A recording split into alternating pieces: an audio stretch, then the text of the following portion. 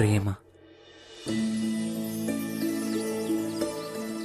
రెండక్షరాల ఈ శబ్దం వినటానికి సరళంగా ఉంటుంది కదా, కానీ దాన్ని పొందటం ఊహించలేనంత కష్టం. అయితే ఇలా నిరీక్షించడంలో ఆ కఠినత సరళంగా మారుతుందంటావు, అంతేనా? నిరీక్షణతో కాదు, పరీక్షతో.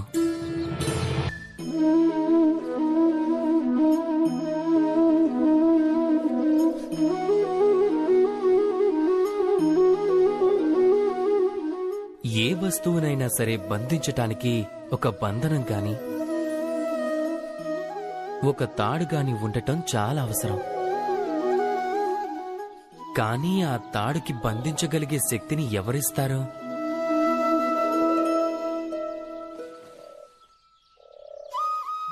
ఇవిగో ఈ దారాలు, వీటితో ముడిపడే తాడు తయారవుతుంది.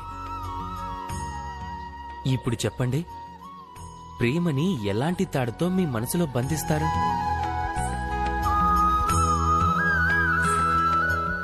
ప్రేమ బంధించబడేది విశ్వాసంతో.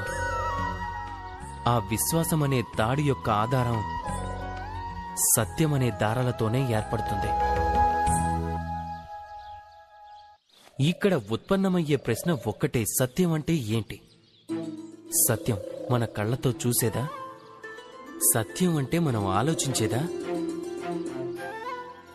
లేదు. మనం దేన్నైతే విశ్వసిస్తామో అదే అసలైన సత్యం. విశ్వాసం అంటే కూడా అదే. దేన్నైతే మనం సత్యమని భావిస్తాము. వాస్తవంలో సత్యం మరియు విశ్వాసం ఒకే నాణానికి ఉండే రెండు ముఖాల్లాంటివి.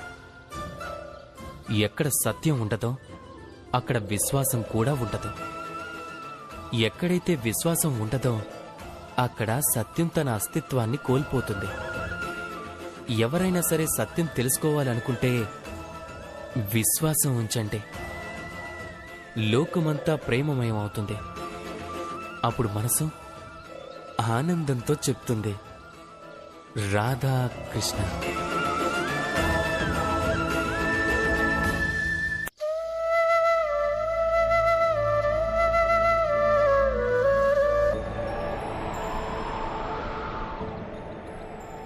ప్రేమ ప్రస్తావన వచ్చిన ప్రతిసారి మన మనసులో ఎప్పుడూ ఒక నాయకి నాయకులని ఊహించుకుంటూ ఉంటాం. ఎందుకు? మీ విషయంలోనూ ఇలాగే జరిగిందా? కానీ ప్రేమంటే కేవలం నాయకి నాయకుల ఆకర్షణ బంధమేనా? కాదు. ప్రేమ పరివారంపై కలగచ్చు, తల్లిదండ్రులు సోదరీ సోదరులపై కలగచ్చు, బంధుమిత్రులపై కలగచ్చు, దేశంపైన జన్మభూమిపైన కూడా కలగచ్చు, మానవత్వంపై కలగచ్చు, అలాగే ఏదైనా కళపై కూడా కలగచ్చు, ఈ ప్రకృతిపైన కలగచ్చు. కానీ ప్రేమ ఎప్పుడూ ఆ మనసు పలకంపై నిలవలేదు. దేనిపై అయితే అంతకు ముందు పూర్తిగా రాయబడి ఉంటుందో. నిండి ఉన్న కుండలో మళ్లీ జలాన్ని ఎలాగైతే నింపలేమో అలా. ఒకవేళ ప్రేమని పొందాలి అంటే మనసుని ఖాళీ చేయాల్సి ఉంటుంది. మన ఇష్టాలని, మన సుఖాలని సర్వం త్యాగం చేసి సమర్పించుకోవాల్సి ఉంటుంది. మన మనసు నుంచి స్వార్థాన్ని తీసేయాలి. అప్పుడే మనకి ప్రేమ దొరుకుతుంది. తరువాత మనసు ఎంతో సంతోషంగా చెప్తుంది, రాధా కృష్ణ. ప్రేమ ప్రేమ అనేది విధాత యొక్క అత్యంత సుందరమైన సృష్టి. కానీ ప్రతి సృష్టిని కూడా జాగ్రత్తగా కాపాడాల్సి ఉంటుంది. మీరు ఈ విగ్రహాన్ని చూడండి. కళాకారుడు దీన్ని తయారు చేసినప్పుడు అప్పుడు ఇది చాలా సుందరంగా ఉండేది. కానీ తర్వాత ఎవరూ దీన్ని పరిరక్షించలేదు. దీని యజమాని విగ్రహ పరిరక్షణ బాధ్యతలు సరిగ్గా నిర్వర్తించలేదు. అందుకే ఇప్పుడు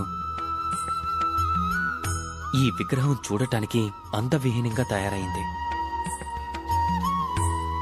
ఈ ప్రకారంగానే కేవలం పైకి తెలిపినంత మాత్రాన ప్రేమ ప్రేమగా పరిగణించబడదు. అందుకోసం మీరు మీ కర్తవ్యాలని పూర్తి చేయాల్సి ఉంటుంది.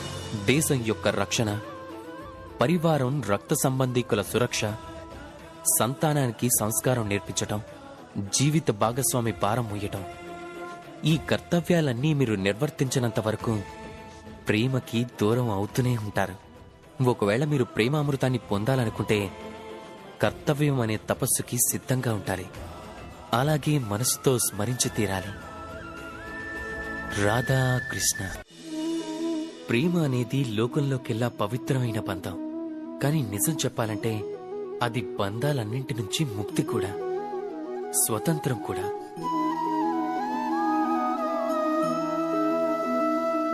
అర్థం కాలేదా?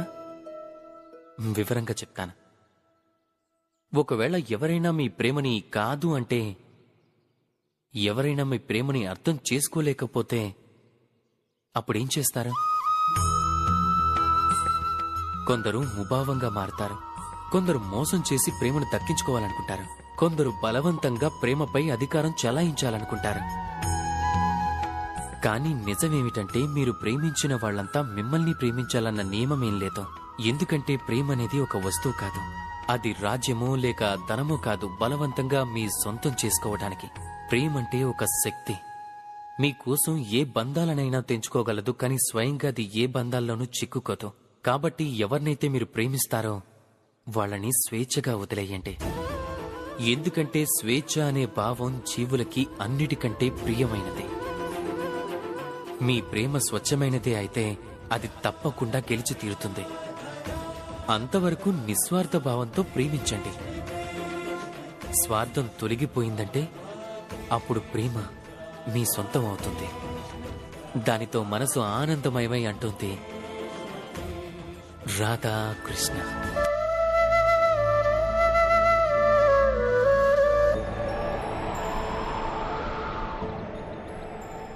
ప్రేమ ప్రస్తావన వచ్చిన ప్రతిసారి మన మనసులో ఎప్పుడూ ఒక నాయకి నాయకులని ఊహించుకుంటూ ఉంటాం. ఎందుకు? మీ విషయంలోనూ ఇలాగే జరిగిందా? కానీ ప్రేమంటే కేవలం నాయకీ నాయకుల ఆకర్షణ బంధమేనా? కాదు. ప్రేమ పరివారంపై కలగచ్చు, తల్లిదండ్రులు సోదరీ సోదరులపై కలగచ్చు, బంధుమిత్రులపై కలగచ్చు, దేశంపైన జన్మభూమిపైన కూడా కలగచ్చు, మానవత్వంపై కలగచ్చు, అలాగే ఏదైనా కళపై కూడా కలగచ్చు, ఈ ప్రకృతిపైన కలగచ్చు. కానీ ప్రేమ ఎప్పుడూ ఆ మనసు పలకంపై నిలవలేదు. దేనిపై అయితే అంతకు ముందు పూర్తిగా రాయబడి ఉంటుందో. నిండి ఉన్న కుండలో మళ్లీ జలాన్ని ఎలాగైతే నింపలేమో అలా. ఒకవేళ ప్రేమని పొందాలి అంటే మనసుని ఖాళీ చేయాల్సి ఉంటుంది. మన ఇష్టాలని, మన సుఖాలని సర్వం త్యాగం చేసి సమర్పించుకోవాల్సి ఉంటుంది. మన మనసు నుంచి స్వార్థాన్ని తీసేయాలి. అప్పుడే మనకి ప్రేమ దొరుకుతుంది. తరువాత మనసు ఎంతో సంతోషంగా చెప్తుంది, రాధా కృష్ణ. భయం భయం అందరిలోనూ ఉంటుంది. అది పశువైనా సరే, పక్షైనా సరే, లేదా మనుషులైనా. వాస్తవానికి ఈ భూమిపై మనుషులందరూ భయంతో పాటుగానే జన్మిస్తూ ఉంటారు. మరి ఆ భయం పట్ల భయం ఎందుకు? ఒకవేళ భయం అనేది చెడుభావం అయితే దాంతో పాటుగా మనం ఎలా జన్మించగలం? వాస్తవంలో భయం అనేది మనం ముందుకు వెళ్ళటానికి ప్రేరేపిస్తూ ఉంటుంది. మీరే చూడండి, ప్రాణం పోతుందనే భయం మిమ్మల్ని మీరు సురక్షితంగా ఉంచే ప్రయత్నాలు చేయిస్తుంది. అవమానం అనే భయం సదాచారాల వైపుగా మళ్లిస్తుంది. ఇష్టమైన వాళ్ళని పోగొట్టుకుంటామనే భయం వారి పట్ల మన బాధ్యతలు నెరవేర్చేలా ప్రేరేపిస్తుందే. కానీ ఈ భయం చెడుగా మారేది ఎప్పుడు అంటే ఎప్పుడైతే మీపై ఆధిపత్యం చెలాయించాలనే అవకాశం దానికి ఇచ్చినప్పుడు, అందుకోసం ఏ ప్రయత్నాలు చెయ్యనప్పుడు. ఒకవేళ మీరు ఈ భయాన్ని ఉపయోగించుకోవాలి అంటే స్వయంగా ఈ భయంపై మీరే ఆధిపత్యం చెలాయించాల్సి ఉంటుంది. కనుక భయం యొక్క హద్దులని చెరిపేయండి. మీ ఆత్మని వదిలేసి పరాయి వాళ్ల ముందు మీ తల వంచకండి. బాగా గుర్తుంచుకోండి, అంధకారాన్ని చూసి భయపడటం మానేయండి. అప్పుడే మీరు దివ్యలాగా మారి వెలుగుని పంచగలరు. రాధా కృష్ణ.